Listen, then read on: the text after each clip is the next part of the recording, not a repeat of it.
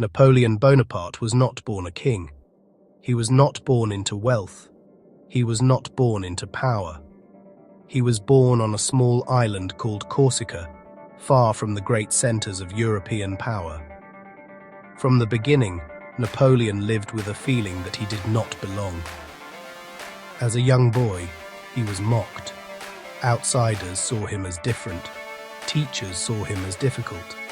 But Napoleon saw something else. He saw opportunity. He studied war not as chaos, but as mathematics.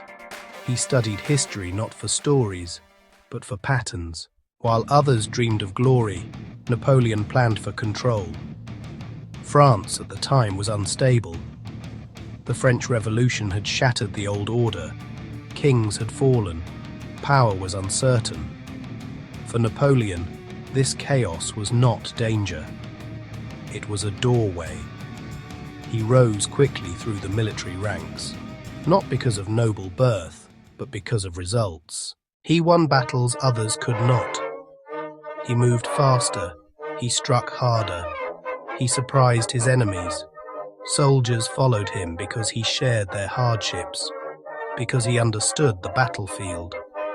Soon, Napoleon was no longer just a general. He was a symbol. Crowds cheered his name. France needed stability, and Napoleon offered strength. In 1804, Napoleon crowned himself emperor, not a king chosen by blood, but a ruler chosen by ambition. Europe watched in fear. Nation after nation rose to stop him. Coalitions formed, armies marched, but Napoleon defeated them all. At his height, his empire stretched across Europe. He controlled nations, he rewrote laws, he reshaped borders. But power has a weakness. It demands more. Napoleon began to believe he could not lose.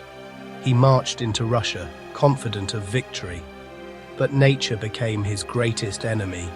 Cold, hunger, distance. The Grand Army collapsed. The retreat was brutal. For the first time, Napoleon was beaten. His enemies returned stronger. Paris fell. Napoleon was forced into exile. He escaped. He returned. He fought again, but the world had changed.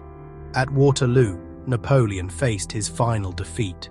This time, there was no return. He was sent far away to the island of St. Helena.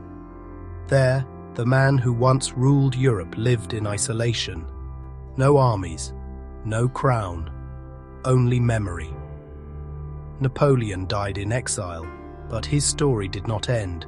He changed warfare, he changed law, he changed history.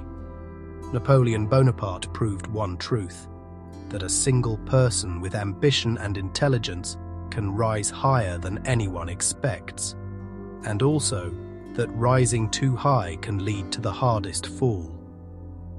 History remembers Napoleon not only for his victories, but for the warning his life became.